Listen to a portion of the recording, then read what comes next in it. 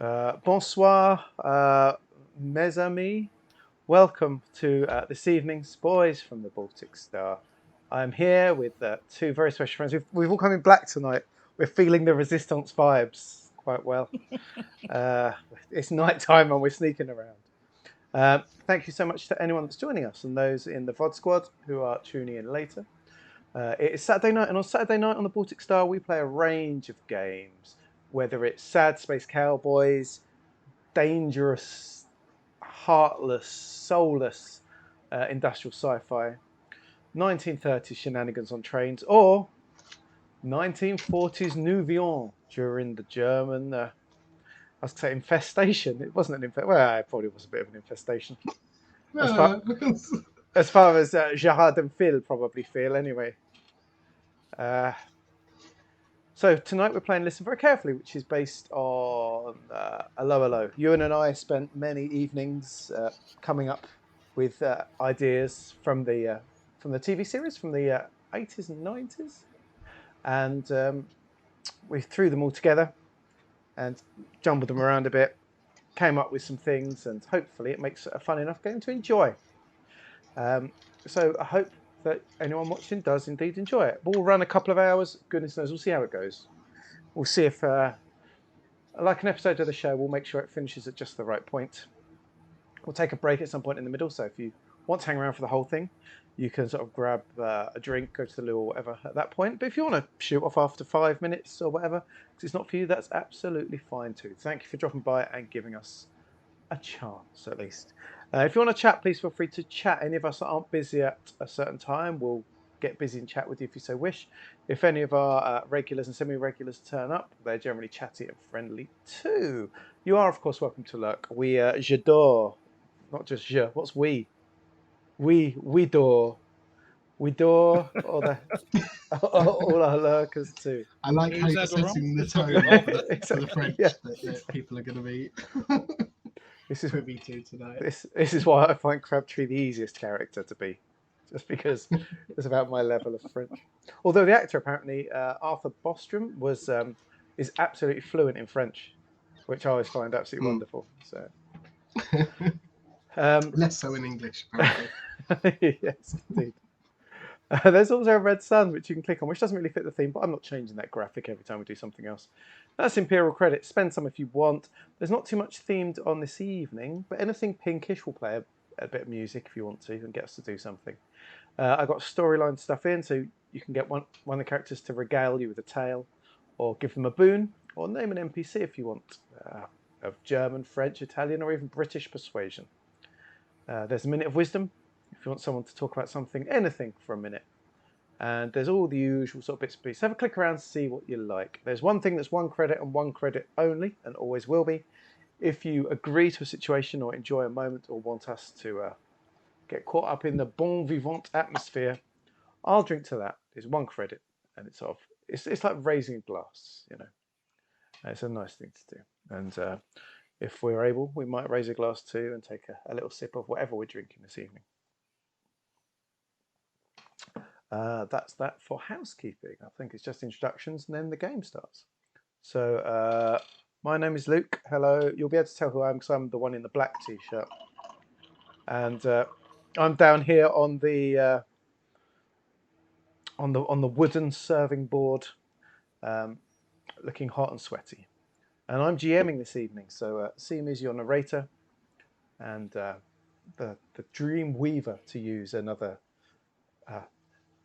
game's parlance. I'm trying to get the French word. It's been a long time since I've spoken French, so it's very difficult. Up above me and slightly to the left, physically, I don't know politically, let's face it, we're there or thereabouts, both of us. He is the housewife's favourite. He's my brother from another mother. He is the Floofmeister General and the sweatiest man in Faversham. He is the wonderful Ewan. Good evening, Ewan. How are you? One time, Luke. One time. I'm very good. I'm very good, though. Thanks. I'm very good. Oh, look, IMT have turned up just to hear your introduction. All the better now. They love you so much. Now IMT are here. Poops. Fluh. Thank you guys for joining us. Bonjour, bonsoir, le pirate, probably. You've come at just the perfect time. I am T. Did you all die in the end? That's what I want to know. Who died? Brotherhood of the Dice. Good evening. You ask that every time, you're egging. Hey, Charlotte. Egging them Thank on. you as well. Well, I was watching earlier, and no one had died, and it made break. They got to the break with no one dying. I was very upset. Although Poops only had like 4 minutes left of oxygen in a space hat. So. Ooh, Hey, Jake. We've all been there. 2 deaths. That's good. That's good numbers. I think we did similar in ours when we played with John. I think we had 2 deaths in our adventure. So very exciting. So evenly bad as you guys. Anyway, while we're here, let's carry on introducing Ewan. Ewan, who do you play in this wonderful game? I play Gerard Fard, the 28-year-old servant at the chateau, with his bicycle and his squeaky bicycle, and the limp in his left leg, so the squeak is a little bit like off. It's not a constant rhythm. It's like a nice limpy sounding squeak. It started already. It's squeaky bike and his limpy leg. His limpy left leg. Yeah, precisely. That is who I play. I'm a big fan of Gerard Fard already, just 'cause it's a beautiful name to say in a bad French accent. I struggle in a bad English one, to be fair. How did he get his limp, by the way? His limp was a terrible thespian-based accident during the early part of our character creation. He was an entertainer on the stage, taking some skills in entertaining, but then had a horrible, horrific accident, and then took up work on the floor, basically. What, so couldn't he get up again? No, pretty much. It was that bad an accident. So he has skills in floor work now, and not the stage part of entertaining, although that is where he began his. That's exactly it. He did actually break a leg when someone said it. He was still new to the scene. He didn't quite understand the parlance yet. Yeah. I heard that he called it Macbeth when he went on stage to perform it. So it started going downhill after that. I can't believe you did that on a live stream. I know. Well, and Luke lives in the theatre as well, for anyone who doesn't know, so he's doomed. When I'm off stream, I put a mask. Right? I put a mask on and woo at people when I'm not on stream, so it's quite exciting. Yeah. Is that right? Is it only bad luck when you say it in the theatre? Yeah, I think so. I think so. Yeah. And you have to shake left-handed and pull your trouser leg and things like that. All funny little theatre things, which Gerard Fard did not do, hence his limp. Indeed. A man that would know exactly what to do in the theatre is sat next to him, and he would know because he's the smartest man in any theatre. He lives his entire life in front of a theatre curtain, and at night he likes to break into theatres and leave chocolatey boxes in the women's dressing rooms. He's our own phantom. He's the delightful Ben. Good evening, Ben. How are you? I'm well, thank you. Yes, very well. Much looking forward to this. It's one of these weird homebrew games that we come up with from time to time, and this is such a good idea. The moment we heard about the concept, I think we all thought, yeah, this one we do. So I'm just drinking wine. I'm so in character already. Yeah, it's something we look forward to. We love Hello Hello, and we love farce, and so it's perfect for us. Mr. Ben, who do you play in this wonderful tale of ours? I play Monsieur Philippe Latrine. He is an apprentice undertaker and a new recruit to the Resistance, and we are hoping for great things from him because he brings almost no usable skills, but he does have potentially a valuable key and and a decent suit. What more does a man need in life than a key and a decent suit? Well, exactly. I have heard he's quite a fussy character, though. He is. He demands the best in everything, which must be awkward when living under wartime occupation in a small town in France. It is true. It's true, but he's trying his best, and he's got himself a good apprentice job. So he's trying to. He does have a dicky tick. He does indeed work for Monsieur Alphonse. While Gerard Fard is indeed working at the chateau under, literally, I don't know, Colonel von Klinkerhoffen. So, and this is helpful because, mon ami, this is kind of where tonight's storyline will take us. Now, last time we played, we started by creating characters, which, after mine and Ewan's discussions, I printed up some sheets to help us through that process. So if and when we can release it to people, there's a process you do where you sort of go through childhood, young adulthood, teenage years, young adulthood, and so on. And you pick up skills as you go along, which they've done. They've got different skills, which they will use during the game. And each time there's a challenge, they'll roll a d10.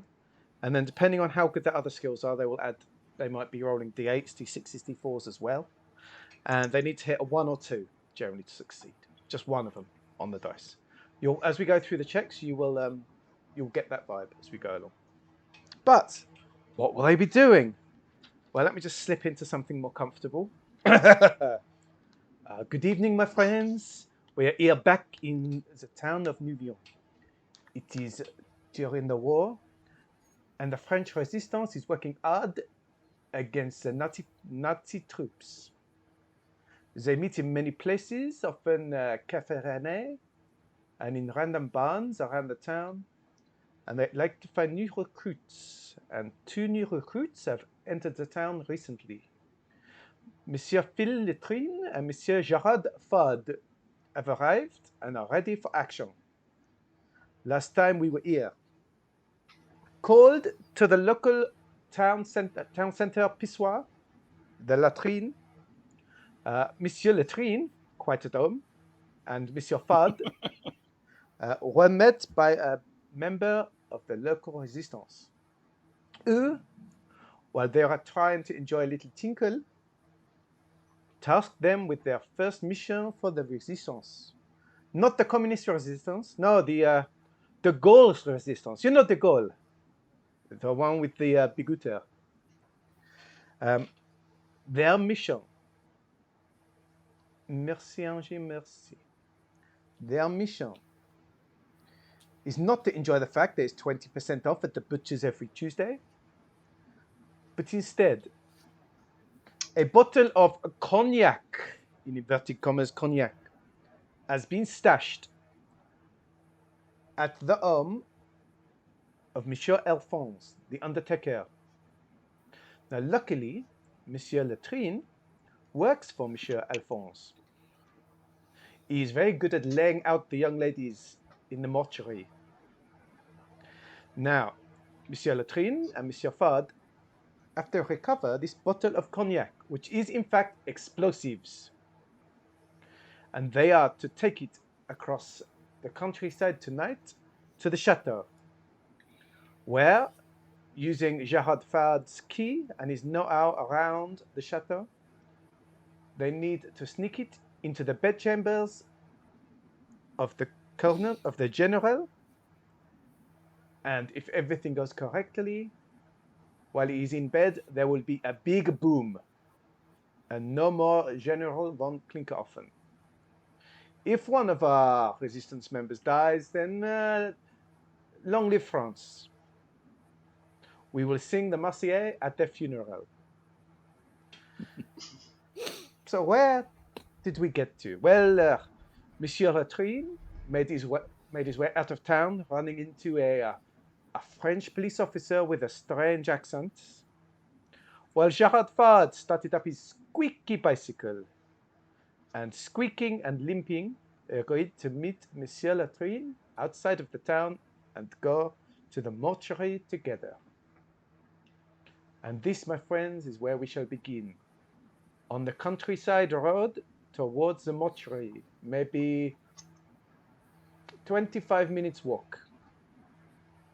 It is dark, the roads are empty, and I hand it over to our friends. Monsieur Latrine, Monsieur Fad, the floor is yours.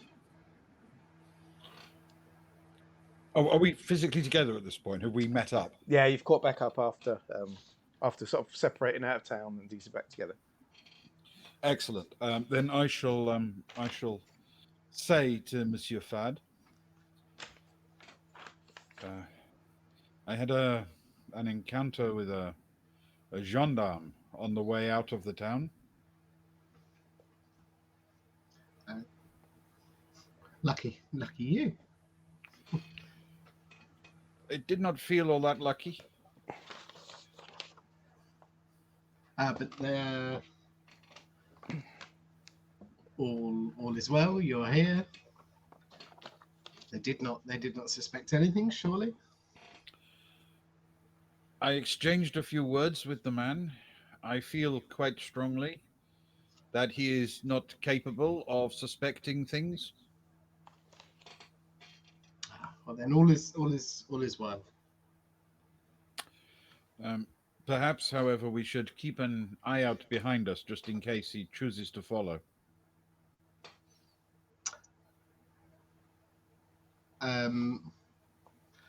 Gerard, at this point, who's very slowly cycling along to keep up walking pace, tries to turn in the seat, and perhaps you are better suited for that.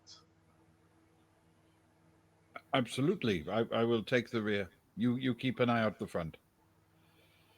If you want, you could sit on the back of my bicycle. I wouldn't want you looking backwards and bumping into something. This is an excellent idea. Is there room, in fact, to sit back to back on the back of his bicycle? Obviously. Oh, you want to go back to back? I mean, does he have like a little luggage shelf or whatever at the back? Of course. There's always a little space on Gerard Fad's back end for any man. Then I will attempt to do exactly this. I will try to climb on, sitting back to back with him, facing backwards, and rest my feet, if I can, on the little ends of the rear wheel's axle, if you know what I mean. Yes, you can try. We're going to make our first roll for this evening. I'm going to say this can only end brilliantly. I'm going to say that being able to ride a bicycle in such a way comes under the skill peasanting. It's something that you do a lot of course, in your youth and riding around the village roads around France. So, Ben, I need you to roll a d10, but then you've got 2 lots of peasanting. So I need you to roll. I have no special cycle. There is a cycling skill as well. Yes, but you do not have cycling. But that would come under. I do not have cycling. Cycling does come under relaxing, though. So you have a d6, but you don't have the d4 so cycling. I have d10. So I have a d10, 2 d8s, and a d6. I like this. Okay. This can only go well. Red d10.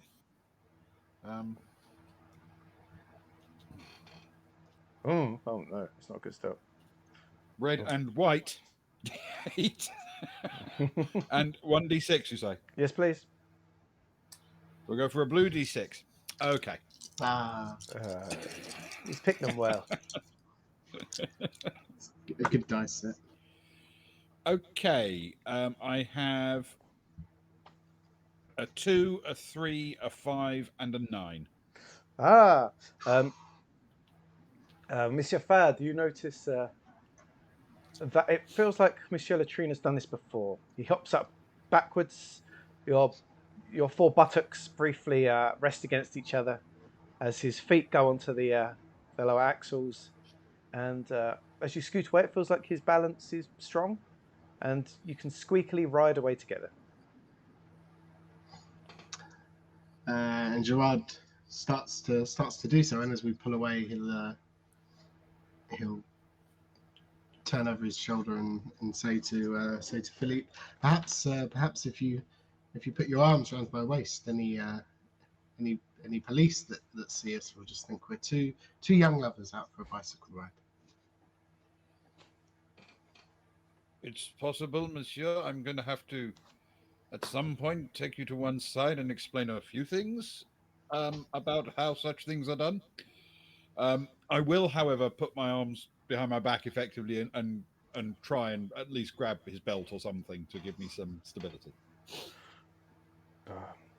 It's not the first time that someone has blindly tried to grab hold of Fudd's belt, it must be said. So, Indeed, yeah. But riding along so well together, the timer that would have taken 25 minutes at a walk will be merely 10 or 15 minutes on the bike. Even though he's not riding particularly fast, it's definitely faster than walking. And you can feel the wind in your berets flapping at the collars of your coats. And it's a very still night. It's almost quite a lovely, relaxing, albeit dark, ride. That is until you hear the revving of a vehicle in the distance that you're heading to. It sounds like it's coming towards you, and you've probably got maybe a minute at most before they will reach you. But you can't tell what it is yet. Okay. Is there like hedgerows at the sides of the road that I could hide in?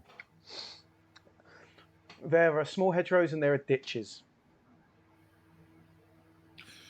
Then I'm going to say, I shall get off and hide in the ditch because ditches are funnier, and hop off and slide down into a ditch on the side of the road if I can.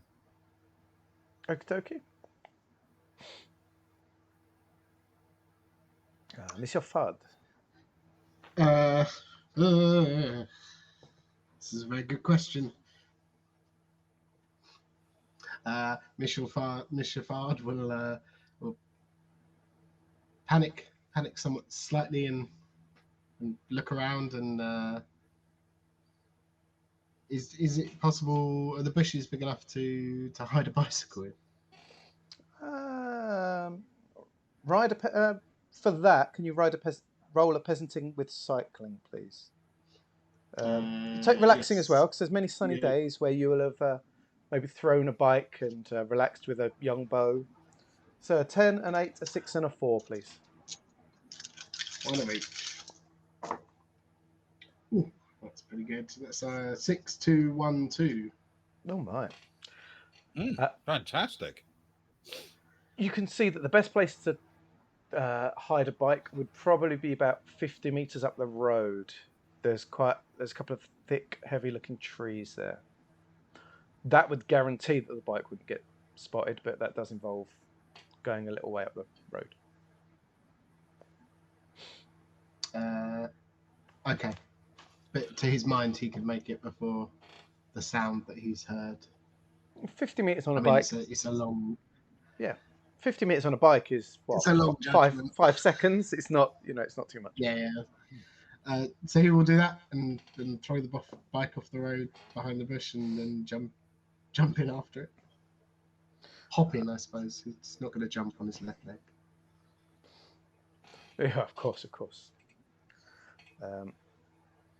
You hop in, and are you both lying quietly? Are you keeping your head down? Are you peeking? What do you want to do? I think I'm going to keep my head down until the oncoming lights pass, and then stick my head up and see if I can identify the vehicle by, after I'm out of its headlights, if you know what I mean. Gerard is keeping very low and probably more concerned with the pedal sticking in inappropriate places that he managed to land on. It is just 10 or 15 seconds later that the two of you hear the engine draw closer. It's definitely not from what you can tell, it's definitely not a small car. It definitely sounds more military. And basically, as it gets alongside you, Monsieur Fard. It keeps moving, but it's slowing down. As it passes Monsieur Latrine, it screeches to a halt very suddenly. Next to me. Next to you, yes. And you hear a door open and slam shut. It sounds very much like a kind of like a German military like jeep type situation. Okay. Obviously, I'm keeping my head well down in this ditch. You hear footsteps, booted footsteps across the dusty track, and you sort of see a shadow looming over you. Not directly over you, just a couple of meters down to the side. But you don't yet see the body. And then from the angle, you can see the top of the head, which does appear to be a German helmet. But they're not acting as if they've seen you. They're just standing there.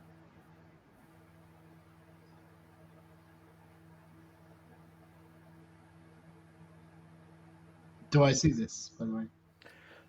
Can Gerard? Yeah, from where you are, yeah, you can see it. You can, yes, in fact, you could roll a dice for me. Give me a, give me a D10 and a D8, please. Yes, certainly. Is this, if this could possibly be what I think it's related to, can I get a relaxing? Yeah, go on then. Go on then. I'm sure you've. I'm sure you've laid in the. I'm sure you've laid around watching people at the side of roads before. A 10, 5, and a 1. That's reasonable. I mean, the 1 will do it. You can see that it's a German soldier.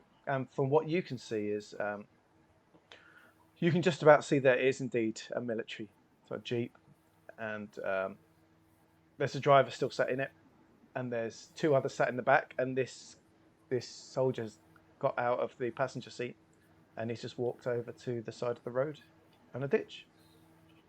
I have a really horrible feeling I know exactly why he's standing there.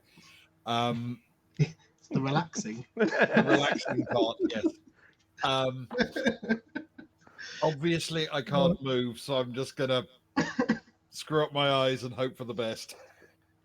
It might be best to screw up your mouth as well, because he does indeed unbutton his trousers, and there's a pause, and it's like, and a warm, slightly steaming stream does indeed start to arch out a couple of meters away from you.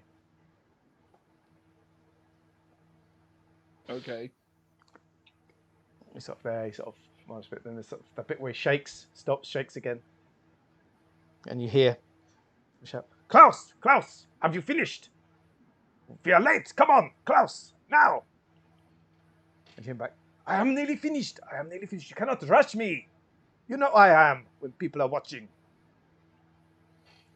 And there's a moment longer. Could you both please roll for me? I'm going to call it a dog check. So this is a new thing. So we're checking your dog is sort of agility. So it's going to be silence. It's going to be things like that. Mm-hmm. Could you please both roll a D6 for me, please, and tell me your score. So D6 plus our dog score. Yes, please. D6 plus your dog. Okay, so that's +2 for me. That's a total of 6. Okay. Mine's a 3. Oh, I need to find my dice that I need. Where's my... There is the 8. Was it a 6 and a 3, did you say? Oh, you're very lucky. You're very lucky. I've rolled a 1 from him. He does not appear to notice either of you, that you can tell. Your agility, your position, your silence seems to have held from what you can tell. You haven't made any cracking noise or anything that you feel will give you away. And there's a moment more.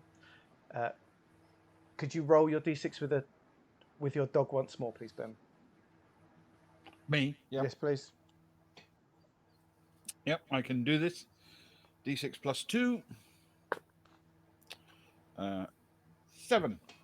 Oh, that's good.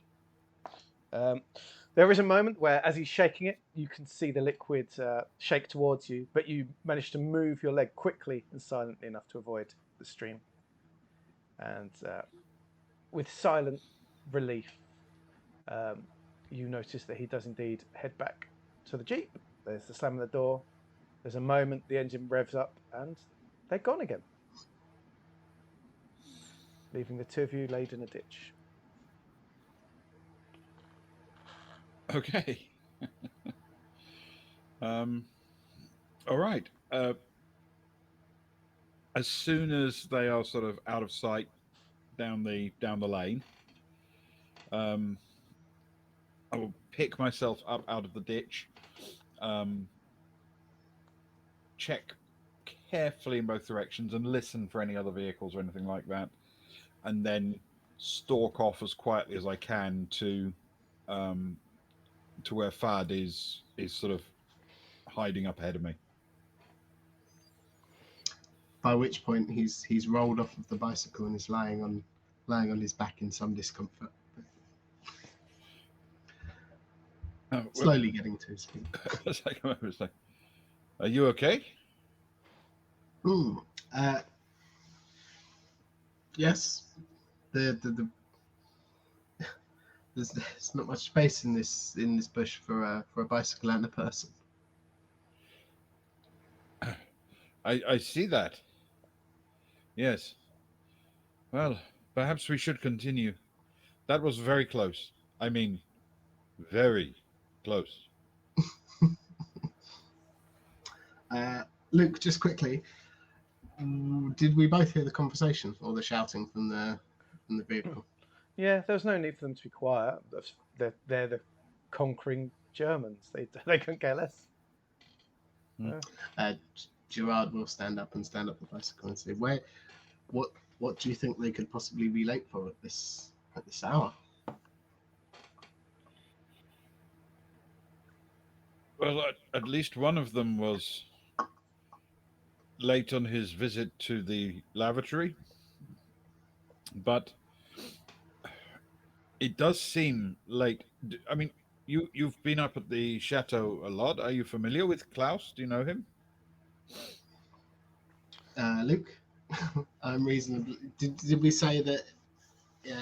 Like in know by sight. I'll tell you what. Roll a d6, and I'll tell you whether you know him or not. 5.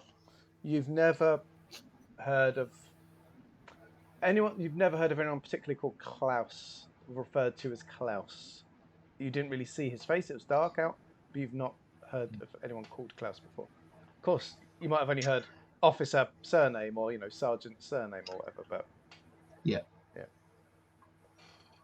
I do not know that name, though. It worries me if they're late for the lavatory. That's the leans in and whispers. That's the meeting place of the resistance. Of course. They may be heading for the chateau. They may be heading for the town. They may be heading for a military camp or base, I suppose. We do not have enough information. All we know is they are going in the direction of Nouvion. But I suppose most importantly, they are going in the direction of away from us. It is true. And were there exactly 4 Germans in France, I would find that very reassuring.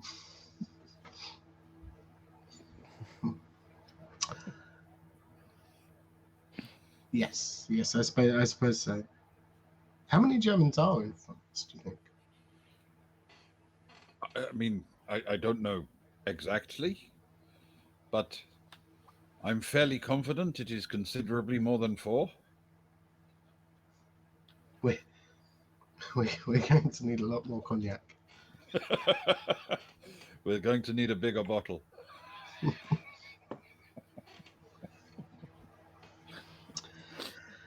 And Gerard will limber up a little bit and throw his leg over the bicycle once more. Shall we? Sure, So hold on a I'll minute. offer I need up. to get my leg over. And I shall hop on the back again if I can. Yeah, I'm going to not make you roll that. You've achieved it before, and you're both very adept at it. And you can wobble off quietly down the roads together. It's a road you know well, Monsieur Latrine. So even if Monsieur Fad does not, you can gently tug on him to get the desired results of where you want him to go. Of course. Yes. I vaguely steer him by pulling on one side of his belt or the other. Yeah. Left hand down a bit. It's like Ratatouille all over again. Which oddly enough will send us right because we're back to back, right? Yeah, exactly. Do Yeah. we encounter anything else as we sort of get closer to the mortuary, or is it a pretty straightforward ride after that? I'll tell you. Okay. It's a quiet ride after that. The Germans are quite strict on the French being sort of indoors or in bed after a certain time, and no one seems to be out and about. It's a very standard night. It's the moon is quite bright. It's quite clear. You hear a few owls. That's quite exciting. But it is not long until you reach the stretch of road that the mortuary is on. Now, it's a lane. Were you going to say something, Monsieur Fad? You breathed heavily all of a sudden. I was only going to say on the way. Sorry, on the way. Please do. I'll turn to Philippe and say, let me know when we are approaching the mortuary. This is not the most silent mode of transportation. Perhaps we should walk the last section. Perhaps until we know if Monsieur Alphonse is here or not, a discreet approach may be called for. So the stretch of road. The stretch of road. That's important. The stretch of road that Monsieur Alphonse's mortuary is on is heavily tree lined. It's a beautiful road out. It's a little bit less dust track, and the reason is that not quite opposite, but just down the road from it, is the prisoner of war camp, which British troops generally are stored in, are stashed in, are kept in, and you would know, Monsieur Latrine, that they would be suspicious of general passers-by, but anything to do with Monsieur Alphonse coming and going, they've come to accept. That includes you and maybe a couple of his other servants or those he gets to ride the horses and things like that, for the funerals. Because he's a mortician, and at any point he could have to rush out for someone has died. Day or night, he's got to be. Especially because there's a war on. Exactly. Business is booming, quite literally. Business is booming. Business is booming. Not just the business that's booming. No. Sadly. So they would not be too surprised to see you, and they would not be too surprised for certain comings and goings of those they know from Monsieur Alphonse's small, group of employees. Okay. Then as we make our way past there, yes, off the bike is better, I think. Can I take the lead and sort of adopt a measured, business-like kind of stride, as if I'm just on my way to work? I don't want to look furtive or anything like that. Absolutely, you can do. It's a stride. I'm not going to make you roll it. It's a stride that you've learned that. You've learned that stride of the trade, that sort of respectful, well-measured stride, and you slip into that without any problem at all. The guards at the gate give you a glance. They're not too fussed. There's a moment where they nudge each other and double glance at you, Monsieur Fuds, and at your limp. And you hear one of them whispering to the other, "Is that straighten up? Is that her flick of the Gestapo? I recognise the limp anyway. That's not straight. It's not straight." But there's no. It's just a peasant. Just a peasant. Carl, it's a peasant. Don't worry. And they visibly relax. They're just smoking. They're not too bothered. They're on guard duty. They've managed to take themselves around the corner so they can't be spotted, by any officer. And they wave you by. They sort of give you a little wave. They know who you are, Monsieur Latrine. I won't wave to them, but I'll give them a sort of formal, slow nod as I go past. Gerard will wave back. Aren't somebody's supposed to be dead before you bring them in? Monsieur Latrine? I will slow my pace just a little and say, Monsieur, I do not like jokes in this area. We treat the departed with respect here, Monsieur. If you do not like jokes in this area, maybe I can tell you the joke inside. There's always a bunk for you inside the camp.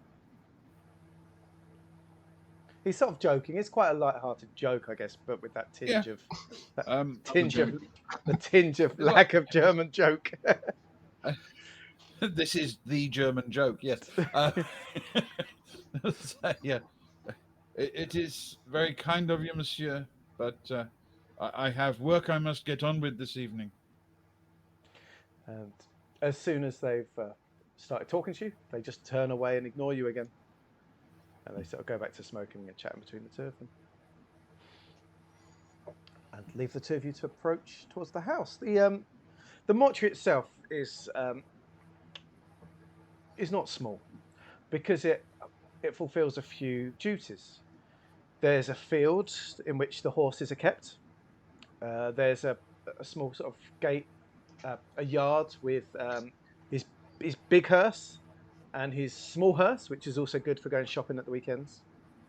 Mm-hmm. And another carriage as well.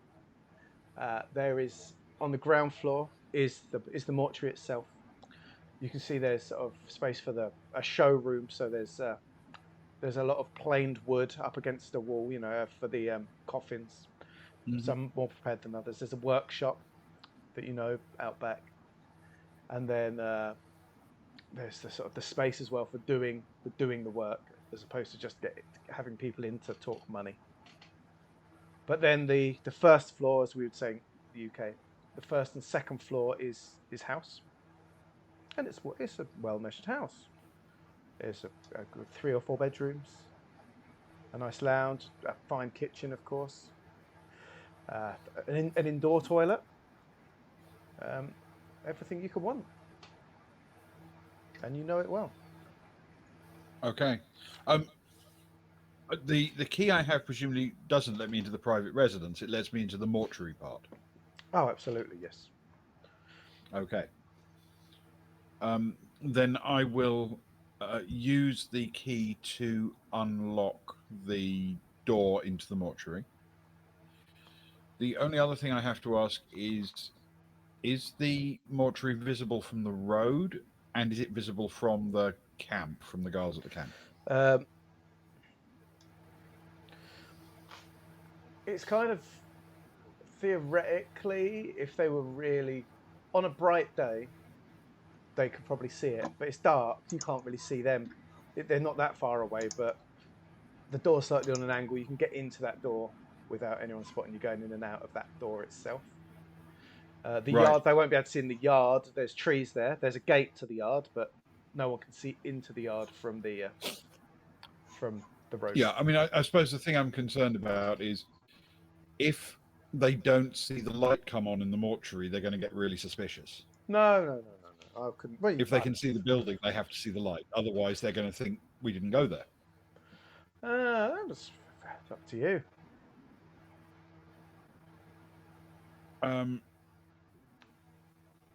So yes, I think we will bring up the light. I don't know if it's gas or electric. Oh, he's a rich man. He's Okay. electric. He's the Then richest we man will in town. turn on the light in the mortuary. Fantastic, fantastic. And the light does indeed flicker on.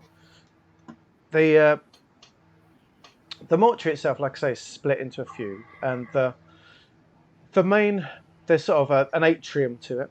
There's an entrance room to it, where off to one side would be where he meets grieving widows and such like to talk about the money, and then to the other side is the embalming room. There's really his sort of the nitty gritty room, and then through a door there's the more preparing them for their coffin.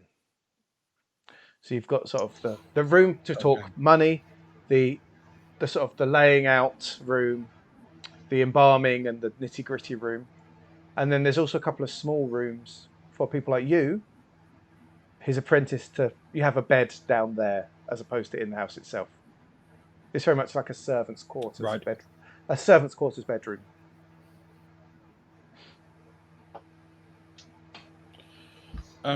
Were we told, by the way, where exactly the bottle was?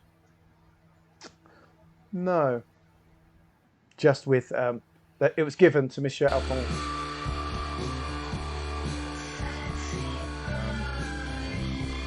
Okay. I will say to Let's find you in now. Fad, Monsieur, is this your first time at the mortuary? Do you have many repeat customers? Everybody visits at least once. This is true. It is alas it is indeed my first visit. But not your last. Okay, so No we jokes. need to find this bottle of cognac. It was apparently handed to Monsieur Alphonse, and we are hoping, not in the process of drinking it. So we should perhaps first search the mortuary to see if it is here before waking the man and demanding to know where it is. Although if he is drinking it, it may be slightly easier to achieve our mission, depending on whether it's easier to get a bottle of cognac or a mortician into the general's bed. You know the general better than I. Yes, I do.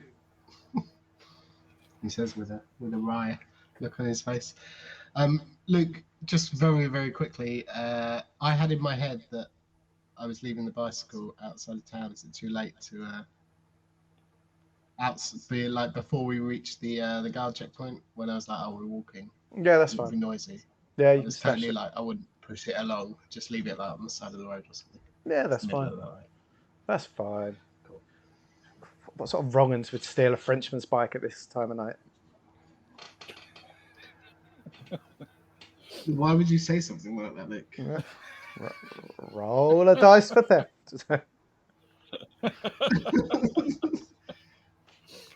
Yes, exactly. Can only end brilliantly.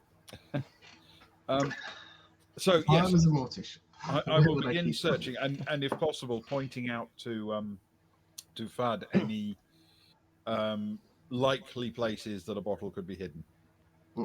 Obviously, we will have jars of embalming fluid and things of that nature in cabinets and cupboards. We'll have various cabinets and cupboards in the office parts and the display parts.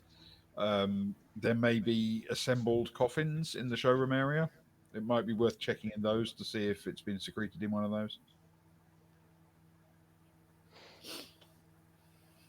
Fantastic. Where do you want to start? We will start with embalming fluid storage, please. Okie dokie. You you have a sort of a poke around. You know exactly what you're looking for, Monsieur Latrine. There is a body laid out on the slab, as it were, covered. Of course, it's night time. We don't just leave naked bodies out for anyone. It's disrespectful, etc. Um, and you know who it was. You were helping with that earlier. You were being shown the correct place to poke your nozzle, and you did a fine job. And you work your way around. You know that Monsieur Alphonse, when he's working towards the end of the day, he's a good, honest Frenchman. He enjoys a drink as he works. And you do notice a couple of empty brandy glasses, and an empty bottle of brandy. And you do notice a half-empty bottle of cognac. Can I give a quick sniff of the contents of the half-empty bottle of cognac and determine whether, in fact, it is a cognac? You can. It is cognac. Okay, I will put it back. I'll turn to Fad and say, I do not think it is here.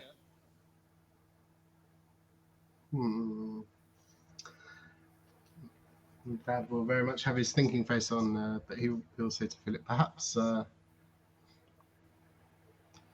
second bottle may be of some use, though, further down the line. Should we he'll move his hand over as if to take it, but wait for approval. I will nod, reach out and take the bottle, and just before I hand it over, I will look down and say, but it is such a poor vintage. But hand it to him anyway. Yes. But if we're stopped by Germans or more guards, then this could work well as bribery. Better this than the other bottle. It is said, I mean, if they ask to know what is in the bottles, and we have 2 bottles of cognac, and one's already half empty, and we can say, of course it contains cognac, have a swig, but have the half empty one rather than open a fresh one. You never know, it might work. Precisely my thoughts. And if not, and if we're successful, then and we still have both bottles, then we can celebrate at the end. That would be an excellent thing to celebrate. Now, we must find the actual bottle of cognac, which is obviously not actual cognac, but is the actual bottle of cognac. And he'll slip the bottle into an inside pocket, whichever inside pocket isn't going to get shaken up too much by the limp. Please lead on. As I say, this is my first visit. Okay, I think I feel very lucky to have a guided tour. I imagine most people don't get that privilege. I think while we're in this room, it's probably worth checking under the sheet to make sure it hasn't been hidden under there with the body. Okey-dokey. You pull the sheet back to come face to face with the dead body that you were working on earlier, that of 80-year-old Madame Le Pen.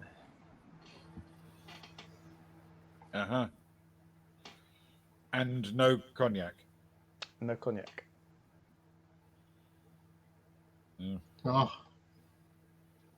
I'm sorry. It's I haven't seen too many dead bodies. And of course, the story of her death has spread wide throughout Nubion. My apologies, Philippe. I will obviously pull the sheet back again over her and say, good night, madame. Apologies for the interruption. And then... Proof indeed that the pen is not mightier than the sword. How could you say this right now? She died by being stabbed in a duel. How heartless of you, Monsieur Fat. An 80-year-old stool. Yeah. My apologies, I forgot the no jokes in the mortuary. Monsieur Latrine. Please lead on. Okay, can we try the any assembled coffins next, please? You can go into the room where the coffins are kept. There is no one laid out at the moment. It was it's a rare night. The church is not open for funerals tomorrow, and there is an empty coffin, as if someone was to be laid out in the middle, but there is no one inside of it. The lid is props up against it, but it is open. There's another couple of coffins upright around the room, and there's another one that has just finished being sort of planed and is being the nice the silk insides are being installed, and then there's other lids and half-built coffins around the wall. This is sort of quite a workshop, Morse building. Are you looking for bottles and such like in there? Of course. I mean, we may at some point have to give up on searching the mortuary and search the house or speak to Alphonse, but before, I don't want to wake him unnecessarily. I don't want to run an additional risk. So let's search the rest of the mortuary building. Of course. Could you both roll for me a D10 for searching? I will give Gerard Fard. I'll give you a D8 and a D6 for spying. Spying on things. Yeah, I'll give you things as well. Given that this is my place of work, can I have a D6 for working? Yeah, I'll give you a D8 and I'll give you a D8 and D6 for your place of work. Nice. Of course. Fantastic.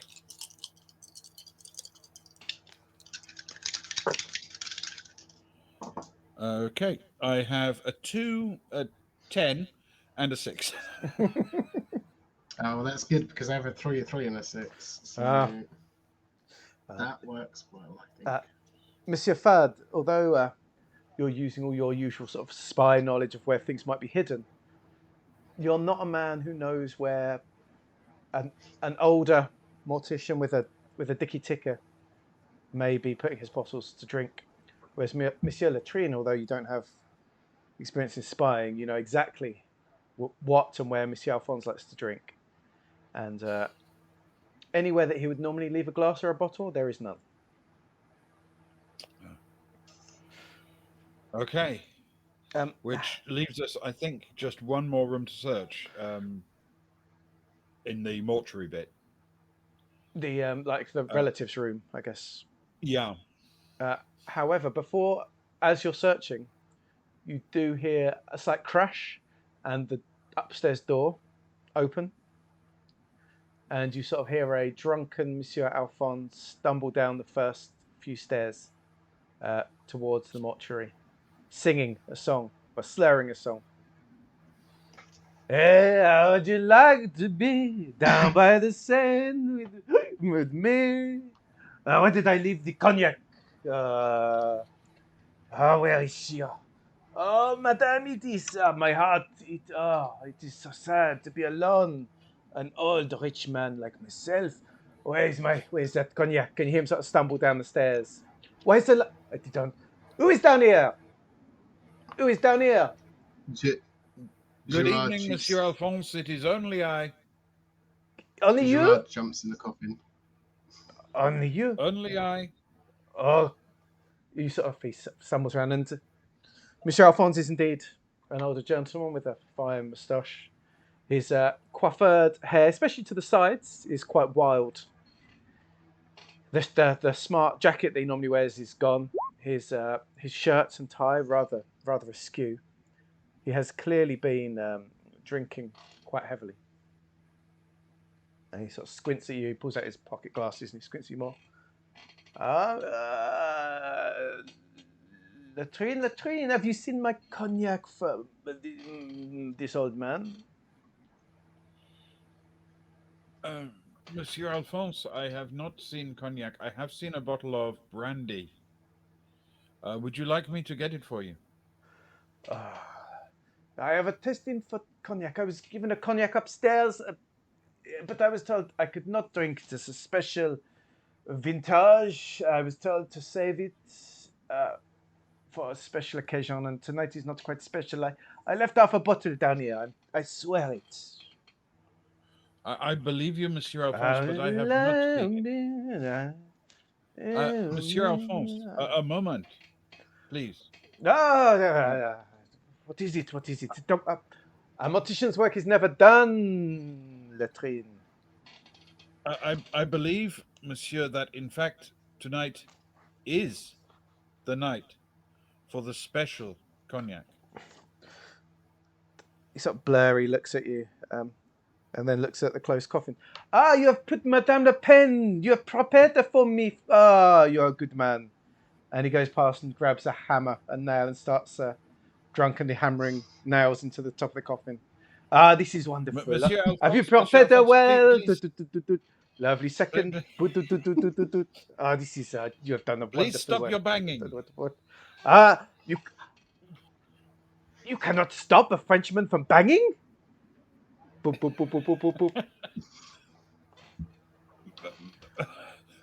boop. Madame Le Pen is still on the autopsy table. What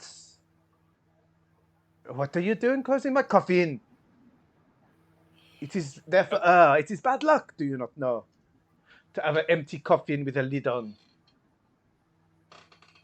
Monsieur Alphonse, I've always believed it is bad luck to be wielding a hammer after so much cognac. You are right.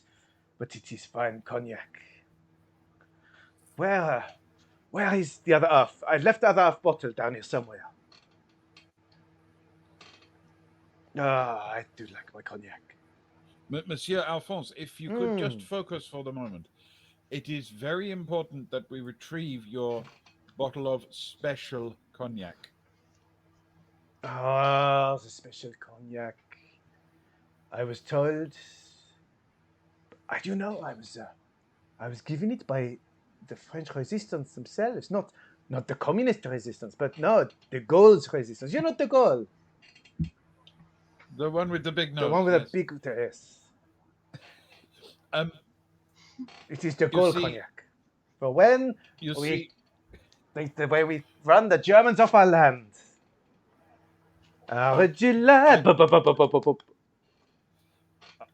am with you in this plan, monsieur, but first we need that bottle. Maybe. What do we have to toast tonight, my friends? And he sort of slams his hand down really hard on top of the coffin, making the whole thing reverberate. What are we celebrating? Monsieur Fard, could you please roll a dice? Could you roll any dice? A D10, a D10, a D8 for spying, please. That is all I'm giving you. And a D6 because I'm in the thing. No, not. No. I'm pushing it. No, I'm probably not relaxing at this point. That's a 6 and a 7. You can't help yourself. You let out a smaller noise. Please let out a small noise. Yep. At the back. What? Bless you, monsieur. You know that you feel. What is that? Have you been putting a cat in my coffin? What is this trick? Monsieur, I hear German physicists do this, but not me. Monsieur, I need you to focus right now. It is very important that you focus. If the cat is in the coffin, how do we know if it is alive or dead? Maybe it is both. Until we open the coffin, we do not know. This is... It is dead. The cat is dead. From the coffin. What? What did you say, Latrine? Monsieur Alphonse, listen to me very carefully. Okay. The special bottle of cognac. Mm. We must go and get it now.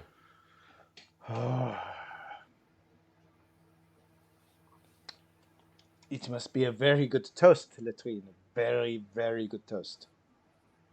What are we toasting to?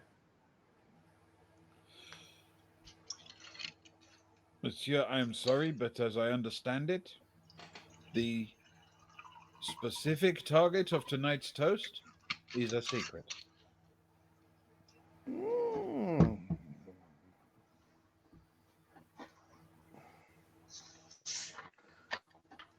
Well, I'll go roll from here.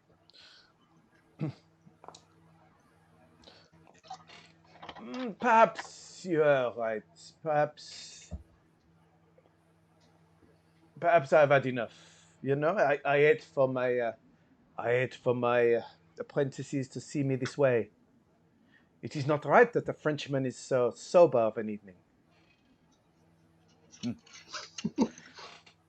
Come, my I friend. understand. Come and join. Come, I will let you into my private areas. An honor, monsieur. And I will follow closely, yes.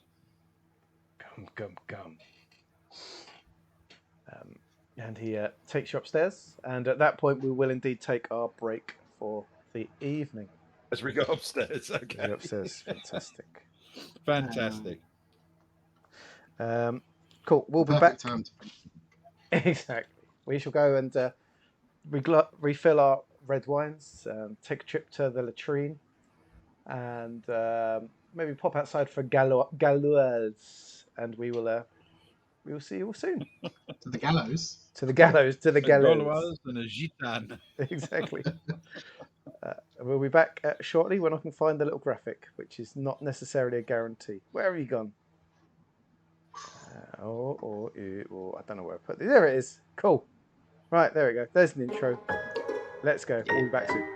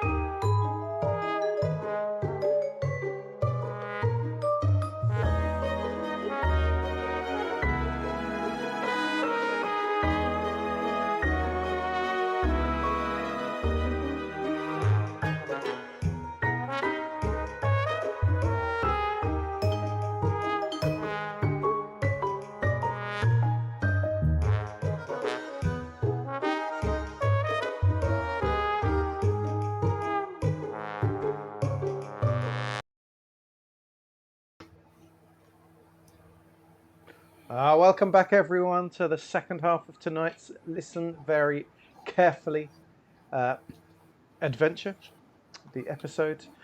We left it with our heroes, Philippe Latrine and Gerard Fards, in the mortuary of Monsieur Alphonse, where Monsieur Latrine is an apprentice. So Monsieur Alphonse knows Monsieur Latrine, has invited him upstairs to his private quarters to drink and toast, perhaps, with some more cognac, hopefully not of the explosive type. While Monsieur Fard has managed to find himself nailed into a coffin downstairs, with only himself to keep himself company. And a cat, apparently. But not really. That's not true. The cat is dead.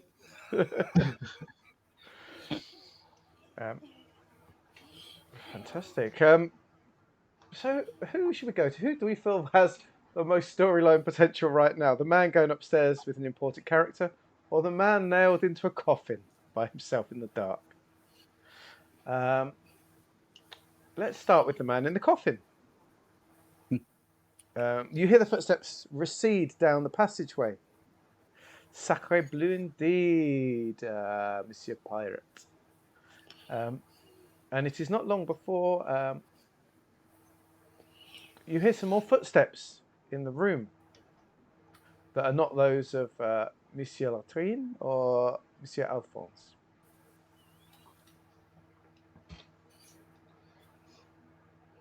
He will lie there very still and quietly and see if any more sound other than footsteps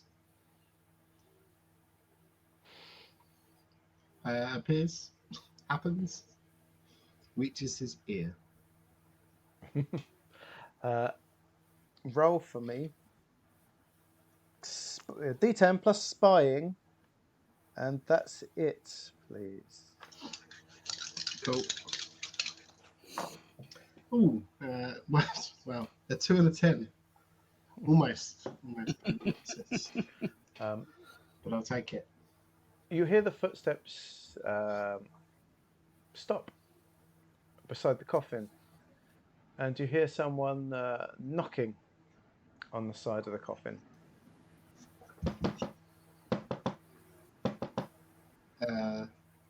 Hello. Who's there? There is no sound, but for a moment, and then you hear what sounds like the creaking of a tool sort of digging out the nails, the end of a hammer or whatever. One pings off and you hear it clatter to the ground. A second, a third, and there's one nail left.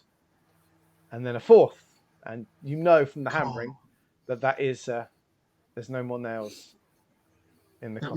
That Mr. Alphonse can nail pretty quickly after a few cognacs. Exactly. And there's a moment in your darkness, and the lid is slowly lifting. And it lifts a little bit further. And then, before you know it, the lid is totally removed, and you're looking up at the ceiling. And then the face of an old gentleman leans over with a moustache and a pair of glasses, which he lifts. And he goes, "It is I, Leclerc." And we'll go back upstairs to Monsieur Latrine at this point. So I shall follow Monsieur Alphonse up to his quarters and see where he's leading me, because hopefully he's making a beeline straight for the special cognac. My friend, you have come at a very good time. My friend Latrine, I am so lonely, you know. It is hard for me. Madame Edith, she's so beautiful. Have you met her? Have you met Madame Edith? I have had the pleasure. Yes. She sings like an angel, no? Uh, absolutely. Not perhaps an angel of music, certainly not one of mercy, but some kind of angel, yes. And when she sings, the cheese sales in Nouvion go through the roof. She's a wonderful woman, monsieur, wonderful woman. Did you know that for a while I was to be a husband? I did not know this. All of the time I have known her, she is married to a large gentleman. Monsieur René is a hero of France. His, his brother, René, who originally owned the cafe, was killed by the Germans. Killed by the Germans. And this René, his brother from Nancy, they are Nancy boys, of course. Mm-hmm. He came and took over the running of the cafe, and he is hero of France. And well, as much as I love Madame Edith, it was only right to make way for true love between a man and his brother's wife. You know, vive la France! Vive la France! Absolutely, monsieur. Uh, if I may ask a question that is pressing on my mind, Of course, of course. where is this special bottle of cognac? Ah, the special bottle, my friend, my special bottle. Where now? Where did I put the special bottle? Where did I put the special bottle? And you see him sort of rooting around. You've not been up in his private quarters before.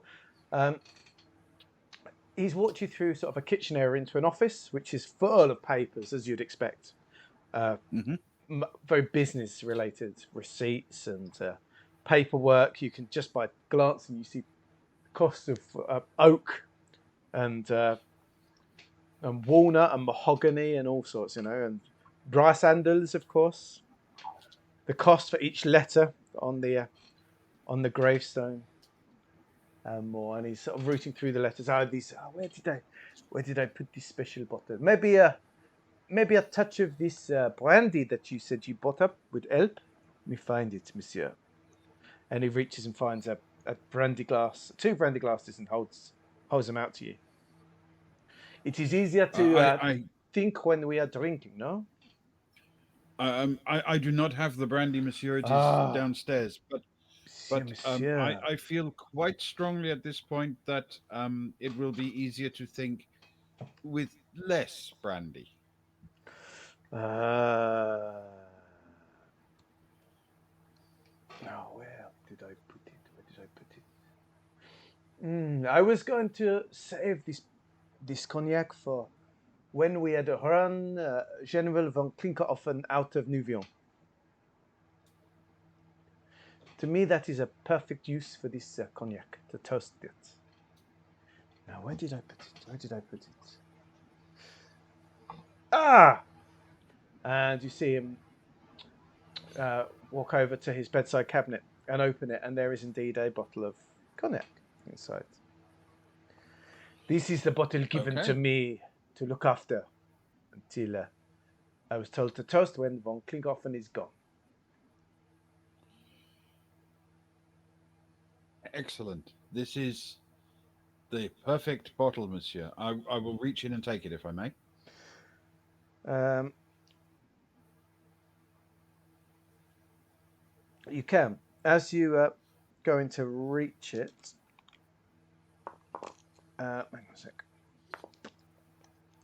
He grabs your wrist, the wrist that's hold of cognac. And then he looks at you, slightly more sober than you expecting. Mm-hmm. I am not a fool, monsieur. Michel of the Resistance has told me that this cognac will be used uh, to give von Klinkerhoffen a big bang. but I did not know who was going to do the deed. I was just told it was not me, for I am an old man with a dicky ticker. I cannot go carrying around such things. But it is you, monsieur, who will be the hero of France. I will sing at your funeral.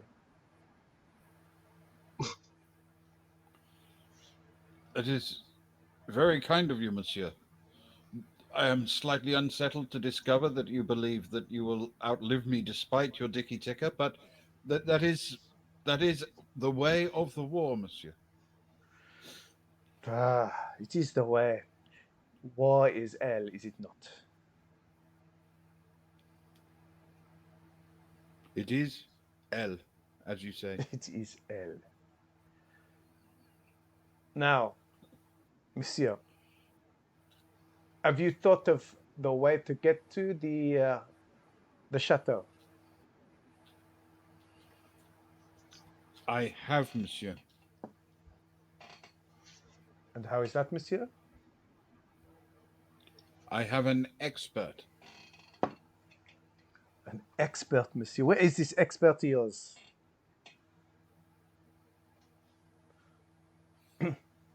I feel that may require some additional explanation for which we do not have time.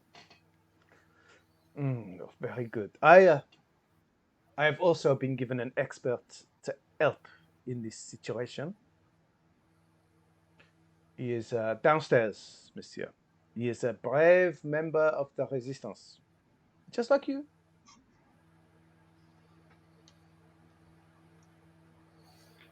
Excellent. Then perhaps we should go and meet him. Lidon, monsieur, Lidon. You cannot miss him. He is the only man downstairs right now.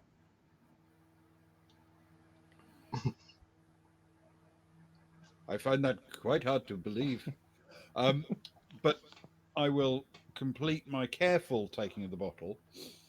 As I do so, I mean, does it feel unnaturally light or unnaturally heavy or anything that would make me think, this is a special bottle?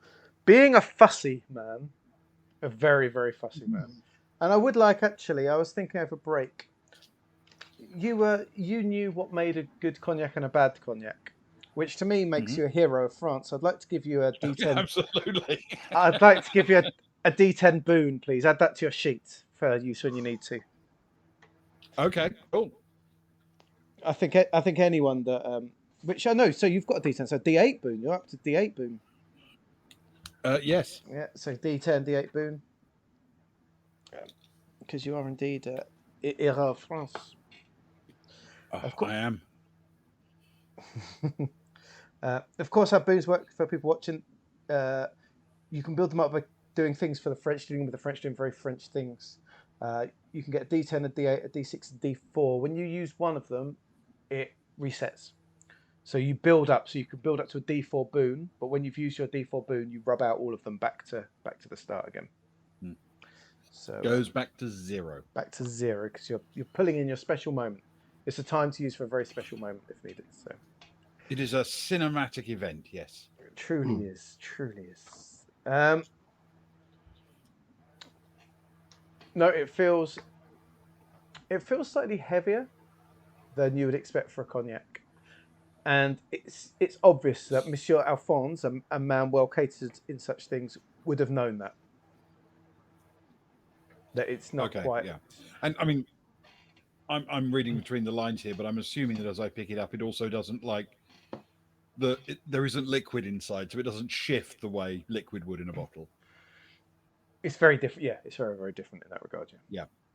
So just picking it up, the temperature of it, the weight of it, that lack of liquid shifting in it, I know that what I'm holding is a very different thing. Absolutely, yes. Okay, then I will take it carefully and almost reverently.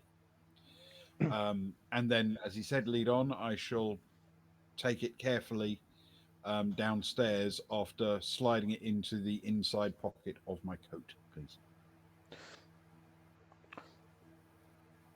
Okay. While this is happening, Shahad Fad, you are face to face with the self-proclaimed Monsieur Leclerc. Yes. What do you want? It is I, Leclerc. I can see that. Do you not recognize Leclerc? Master Forger and heroes of the resistance. He sort of clutches at his lapel. Shh. And I am also the lover of Madame Fanny. And he sort of gives you a wink. Shh.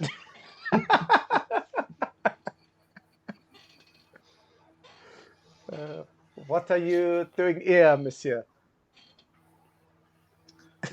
I was merely testing the coffin. It pays to plan for the future. I hope not a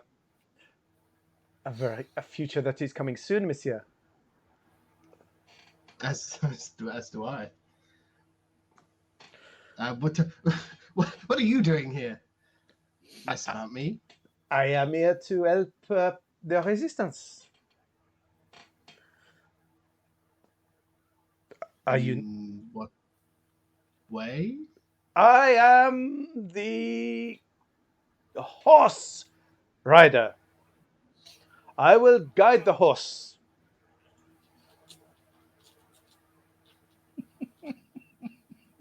The horse of the resistance? The horse of Monsieur Alphonse. I'm very confused as to whether you're referring to an actual horse or a symbolic horse. But I am referring to the horse. You are the ass. well, there's no need for that. What is your name, monsieur? I am Gerard Fard. Gerard Fard. It's a strong French name. Are you one of us? I hope not. But if you mean the resistance, then and he'll look around, mostly in the coffin because walls. Then yes, I am. You are here to help blow up the general with a big poof. I am here to make a big bang in his bedroom. Then maybe you should be at Cafe Rene with the girls. Funnily enough, I do have my feather duster, and he'll reach into his pockets and pull out from my belongings list the feather duster. That is usually extra. That is very good planning, monsieur. Anyway, I am here to help. Ark! What comes calling? At that point, Monsieur Latrine and Monsieur Alphonse do make their way down. And Monsieur Latrine, you come face to face with an open coffin and a random old man. Do I recognise him? There's well, it's hard because he does have 1,000 faces, but all of them are the same. Obviously, yes. Oh, some quality, some old pirate. I have. I mean, I have seen this man many, many times, and while he may believe Yeah. that he is, hard to tell apart from the other occasions, he is the only one who believes that. He's, as far as you're concerned, he seems to be the town's onion seller, cheese seller, cigar seller, candle seller, knockwurst seller, accordionist, piano player, ex-war wounded veteran, and indeed the lover of Madame Fanny. I will see the man and just give a little nod of acknowledgement, and then walk over and said, "And who are you?" It is I, Gerard. Oh, looks down at you. So, it is I, Leclerc. Good evening, Leclerc. Good evening. Good evening. Are you joining us on our expedition tonight? I am guiding the horses.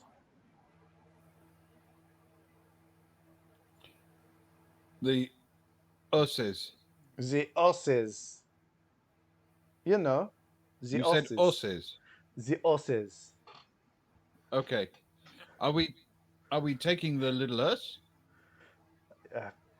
Yes, just the little horse. Little horse. With just the little horse. The little horse with the little horse.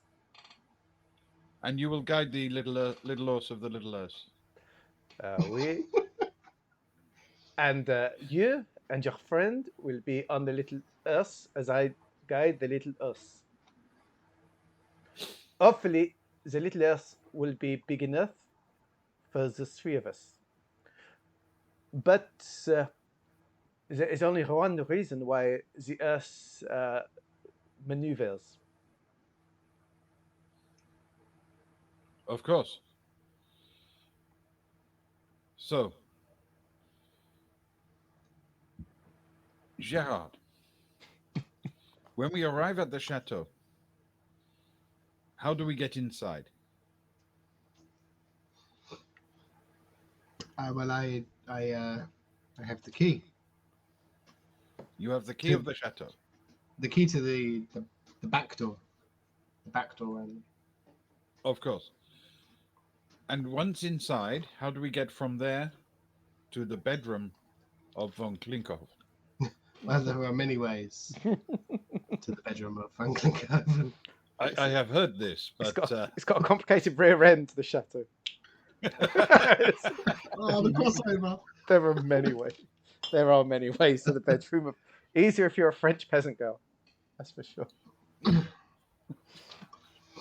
But if you wish for directions, then surely I will tell them to you now. I at this point I think I only need to know how long a journey will it be? Well, it is. It's quite the large chateau. Luke, how long will it be? Let's say you're going at a respectful speed. You're not going to gallop. So 20 minutes in town, another 20, probably about 45 minutes to the chateau. Okay, and then one from the back door to the bedroom. So he would know that the chateau is the back door opens up into the basement area, and there's a number of rooms for wine and food storage. There's a couple of staircases that are liberally sprinkled with suits of armor and wardrobes and cupboards. There are tunnels, and there's a lot of back passages. And then finally, you'll get through to 2 floors, and then upstairs, up 2 big stone staircases. You'll get to his chambers in one of the wings. It's quite a trip. Okay. Once you're inside, even from the back door, it's quite a trip. Up 3 flights at least. I would say 5 to 10 minutes, perhaps. But I've known him make the journey much quicker with some people. Of course. I mean, we may have to go very quickly or very quietly. We shall see. Okay. So the sooner we set off, perhaps, the better. From where I lie, certainly. Lollygaggers. 7 months, Griffin. Thank you so much. That is professional numbers. That is. Thank you so much. Hey, Mella. Griffin, Lollygaggers. Hope you had an amazing sesh. What were you playing? Were you one ringing this evening? I'm guessing you weren't playing this as much as we have crossover sometimes.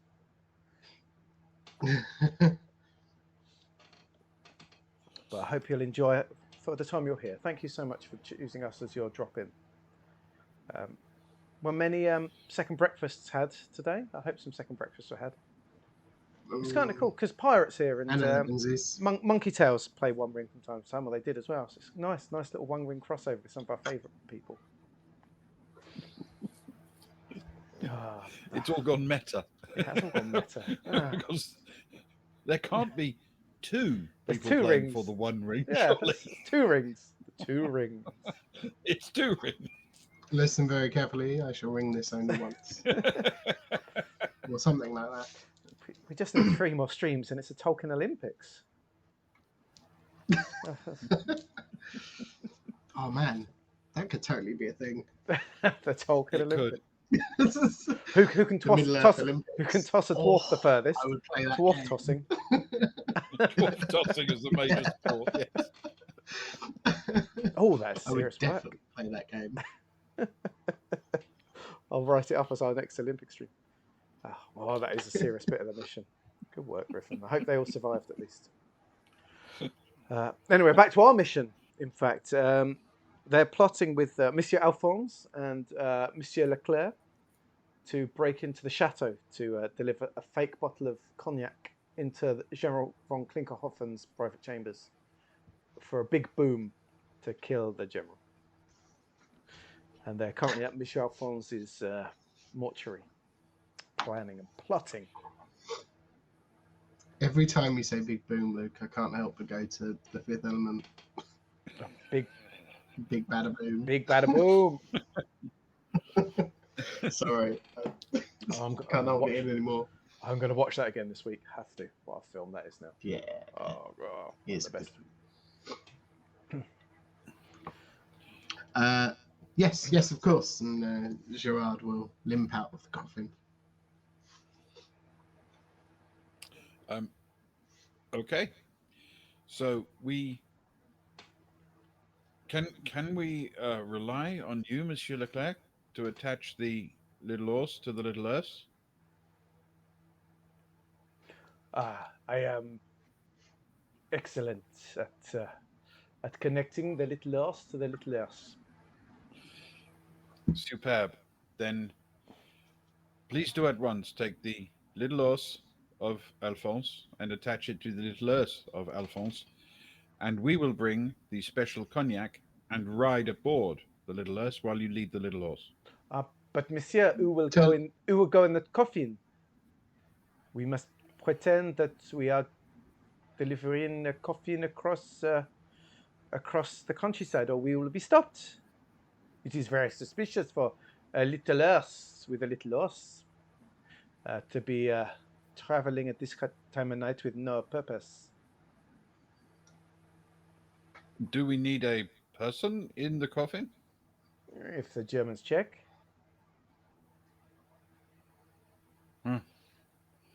Okay. Then it must be me, because I do not know the chateau. If we're stopped at the entrance and we are still on the little hearse, then it must be Monsieur Fad who is riding the little hearse, surely. It is perhaps the coffin we could be collecting somebody from the chateau.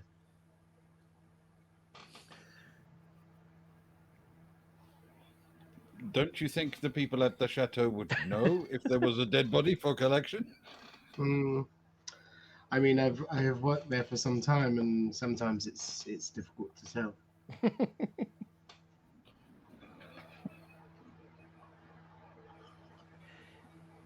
But perhaps you're right. No nails this time, Alphonse. Well, then we must make him look like he is dead, Monsieur. And as for you, he points to you, Monsieur Fad, you must look in the manner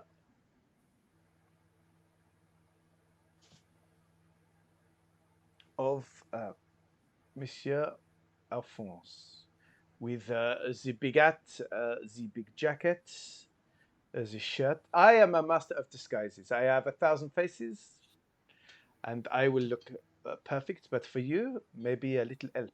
And for you, Monsieur, it turns to Monsieur Latrine, you must look, how should I say, dead. I can do this. And I shall climb into the coffin and sort of, because it's sort of where it's there, climb into the coffin, lean back with my head down, and close my eyes, and just hold perfectly still as best I can. This is pretty good. Monsieur Alphonse, the final touch.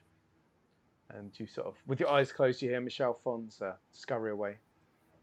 A couple of minutes later, you hear him come back. And you feel flour is rubbed into your face. Et voila! He has the complexion of a dead man. The flowery white complexion. Is a terrifying look. Vive la France of this dead man. Just a sort of whisper, "Vive la France!"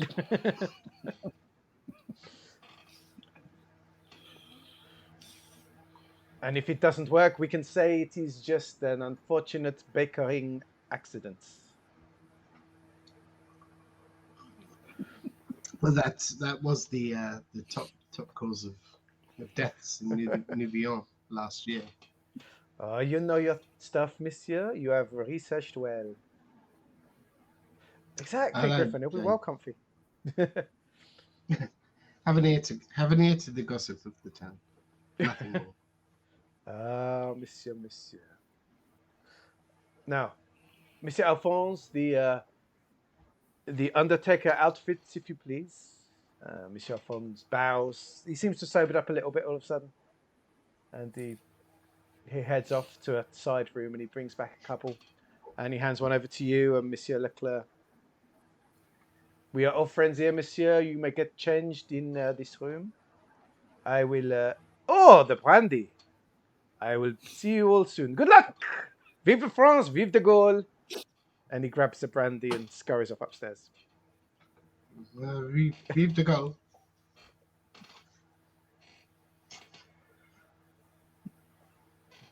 And Gerard shall get changed.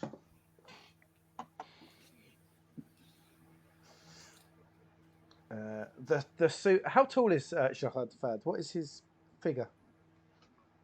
Basically, whatever you're going to say, I'm going to say that it's not the right shape and size. So, I don't care. But okay, so it's not the right shape and size. Yeah, but is he a tall man? Is he a short man? Is he a? Do you want me to commit now? Yeah, go. I know he's left-handed because all your characters are left-handed. Well, no, he's not actually left-handed, but this is why the limp is in his left leg, is because I have a tendency to lean left. Apparently, he's reasonably tall and quite almost thin and gaunt. I suppose certainly over the wartime era. I would imagine makes a lot of sense. Let's go with around 6 foot-ish, which is tall to me. Exactly. But then again, what isn't? In the 1940s, 6 foot was pretty tall. Yeah. 6 foot and quite thin. You're going with. Mm-hmm. With a limp. So I assume there's some nice ankle swingers going on. Yes, the trousers definitely are ankle swingers, but they seem to have been owned. The employee, which Monsieur Latrine would know exactly who it was if he had his eyes open, appeared to have been short but quite rotund. So the jacket is very loose on you, and the trousers hang loose at the waist but very short at the ankles. Which if they slide down somewhat helps with the ankles. There's not a happy middle ground there, but I like to feel as though there's some kind of balance that could be had. Perfect. How do I look? Monsieur, when I am dead, I hope that you carry me to my final resting space.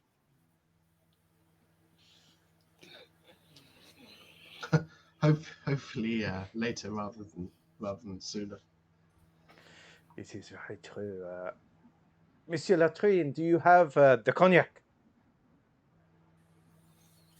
I have the cognac.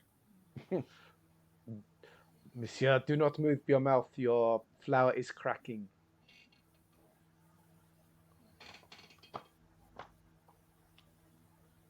He sort of, now, pardon. And he picks up the lid and he puts it down. And he hammers a couple of nails in, enough to sort of stop an easy lift up. Do you know what I mean? It'll take a little bit of work to get it done. Duh, duh, duh, duh, duh, duh, duh, duh, duh. And he bangs on. Monsieur, are you okay in there? I'm okay. Okay. Ah, splendid, splendid. The cognac in the coffin.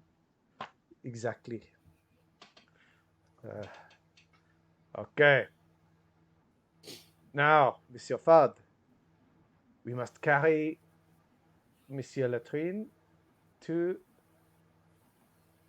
the little earth. Now, use all your strength. Do not drop him. We must not put a dent in the coffin, because the coffin has the cognac. And if the cognac hits the ground, we are all gone. Poof! Do you understand? Oh, no, this could all be over very quickly. The little hearse or the little horse or the little house. The little horse. I have attached the little horse to the little house. It is a big house. Yes, but we passed the little house on the way to the big house. Ah, no. It is the little house is in the yard.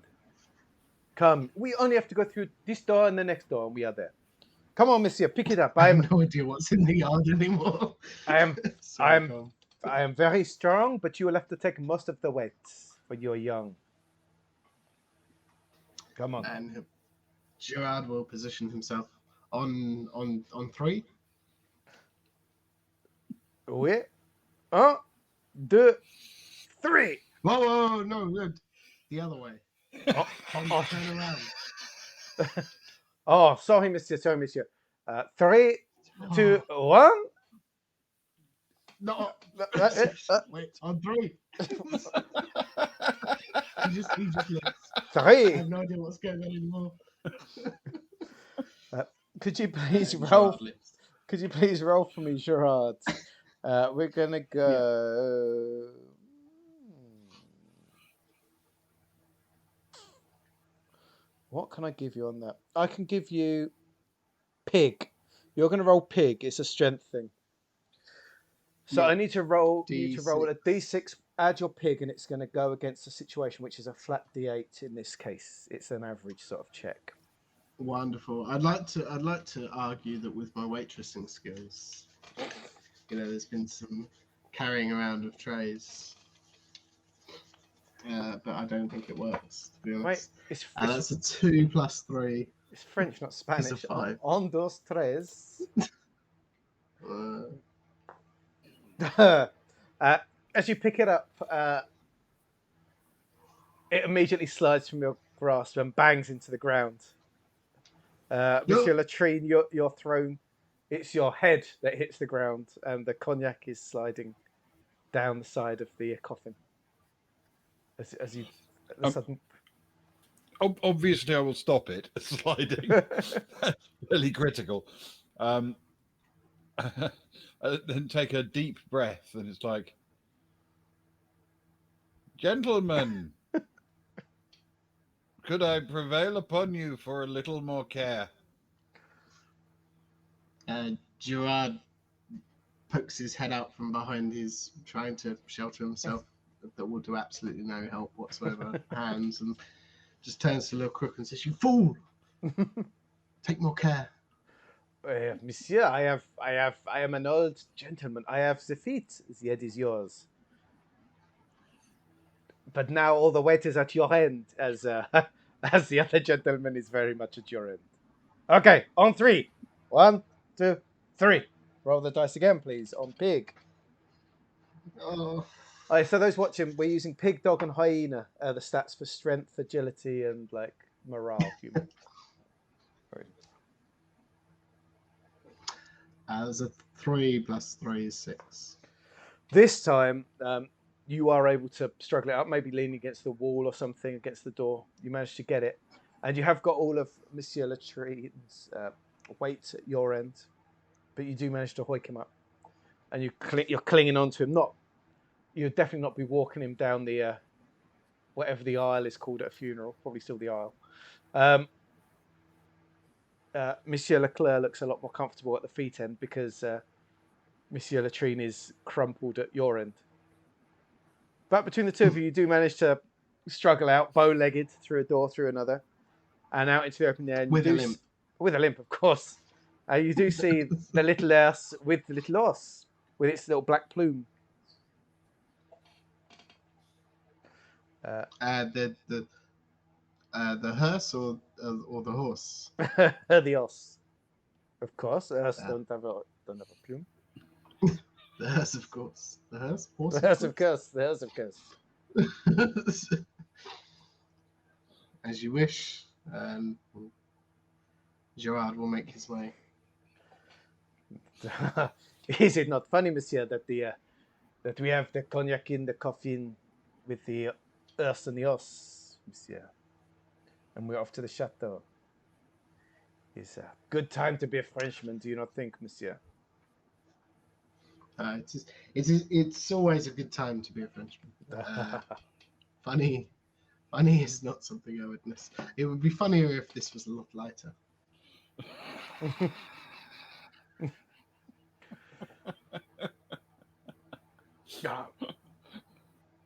Monsieur, for you, I have a job that I once had. Your job in this task is one that I have carried before, and now it is yours to carry. You have the most important job when looking after the horse. Another thing to carry? No, monsieur. Yes, monsieur. And he, Monsieur Leclerc heads into sort of a small shed, and he comes out with a bucket and like a small shovel.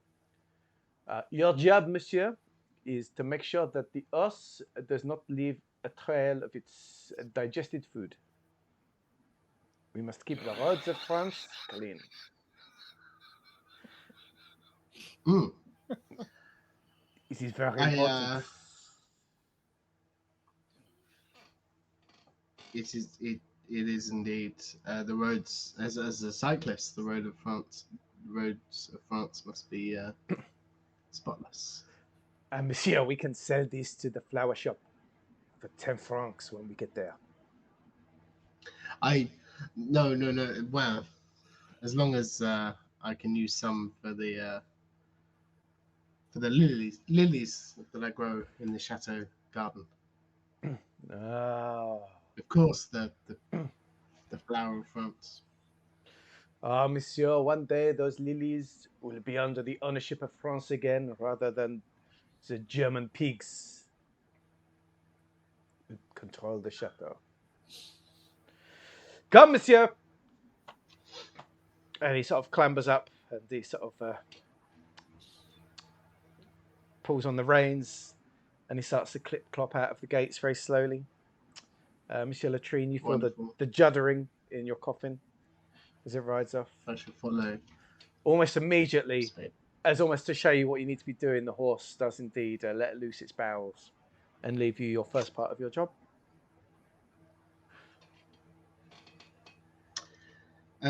Glorious. I will clean it up, humming La Marseillaise to myself. Ah, monsieur, it is a job for France. Keep France tidy.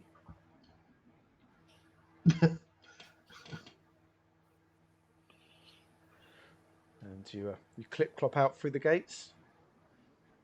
and off down the road. And it does feel actually that is a lovely place to end this evening. I can feel the music. I can feel the music ending at this point. And it does actually, as it sort of winds its way down the road. I think that's a beautiful place to stop. Oh, thank you. I'm going to be honest. I could have been going for another 2 hours. Yeah, oh, me too. That was you know. Yeah. Yes, thank you both indeed. It's been much fun, much amusement. It was fun. Fantastic. Thank you. And we have the explosives, and we're on the road. Nothing can go wrong, surely. Someone's never watched Hello Hello before. Yes. You knew? How I kind of wish that was true, and then I could relive it all again.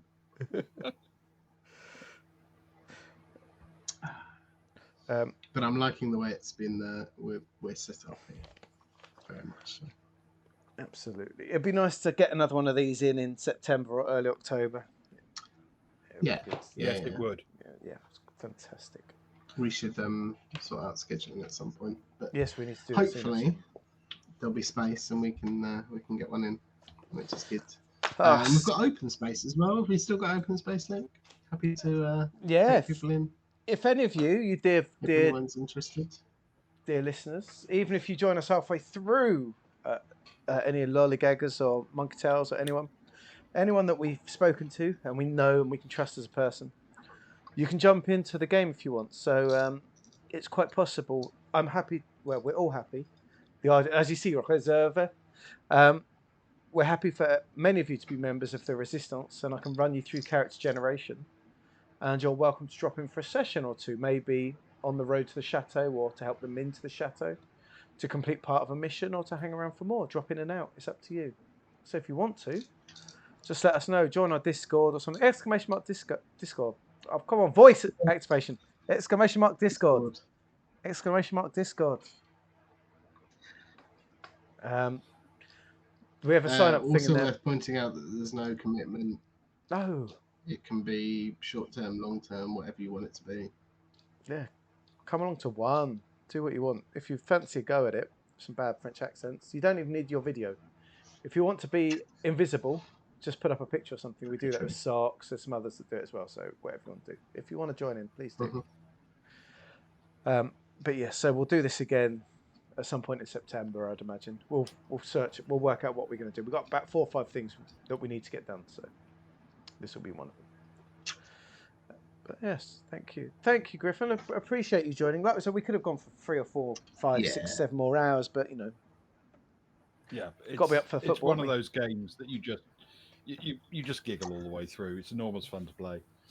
And we have indeed got to be up for football tomorrow. Yes, we've got a football match to watch tomorrow. Not together necessarily, but we've got a football match to watch tomorrow. Can't we just put the big TV on at the bottom of the Baltic Star bed? The big Baltic Star bed. The rainbow bed. Yeah, I mean, I'll do the bacon. I'll do the bacon sarnies out the bottom of it. I'll go do the bacon sarnies and the teas. I'll open up a really nice breakfast scotch. I'll push the button to eject the TV from the end of the bed. Yes.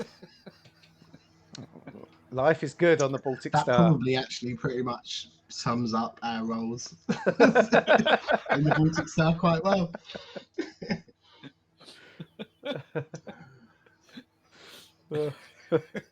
Excellent. But what else have we got on Monday? Monday, hopefully, Socks and I will be streaming a video game with any luck. So that's the hope for Monday. I don't know which nights you're planning to stream this week, Luke. It won't be Wednesday. It might be. I've got a cricket committee meeting, first part of Wednesday at least. I don't know if I can escape for a meeting with you guys after or what. We'll discuss off stream. No, we can't with you, Ben, because you're away. So it'll just be me and you. And if we I disappear on Wednesday for ages. Post-breakfast. Tuesday, I will stream a game. There we go. I will stream a game on Tuesday. I don't know whether it'll be Zoo or the second Expanse is out, I think. So we could Expanse, Ben, if you're around. potentially. Oh, that would be fantastic. Yeah, if that suits, then that would be really nice. That'd be a nice send off for me. Let me just double check that has indeed installed something installed. Some Don't stuff say on my that computer. after we just spend the night in a mortuary, Ben. Good send. Woo. Worried me there. Oh, perfect. But yeah, that's the plans. Nice one. So Monday video game, Tuesday video game, Friday Ewan's doing something because I'm camping and Ben's watching horror movies. Indeed, Ewan has a date with OBS tomorrow, so we'll see how that goes. But Good luck. something will happen. Fantastic. Yes, so there'll be stuff at the weekend, but much of it is not up to me because I'm not going to be around next weekend. So, thank you very much to everybody who came along and watched us, whether live or on VOD. Thank you, guys. That was an absolute treat. Thank you, Luke, for running the game for us. And hopefully, I will leave the channel in your capable hands for next weekend. And it's in Ewan's it capable will be hands. It's terrifying. and I will We've never return done to that find before. it has gone from strength to strength. It'll be on fire somewhere. There'll be an upside down car, and Yeah. yes, and a horse running it's across the background. moment for a cartoon show. In my brain, there's like a horse and a hearse. There's an image of a dumpster fire. Yeah. You coming back With a happily little with your cartoon backpack. You're like, what's happening? Yeah, a little cartoon Ewan saying this is fine. Yes, pretty much as planned. Okay. Thank you very much, everybody. Take care, everyone. Sleep well. Thank you, Griffin. Thank you, everyone else. Good night. Enjoy the rest of your weekend. Up England.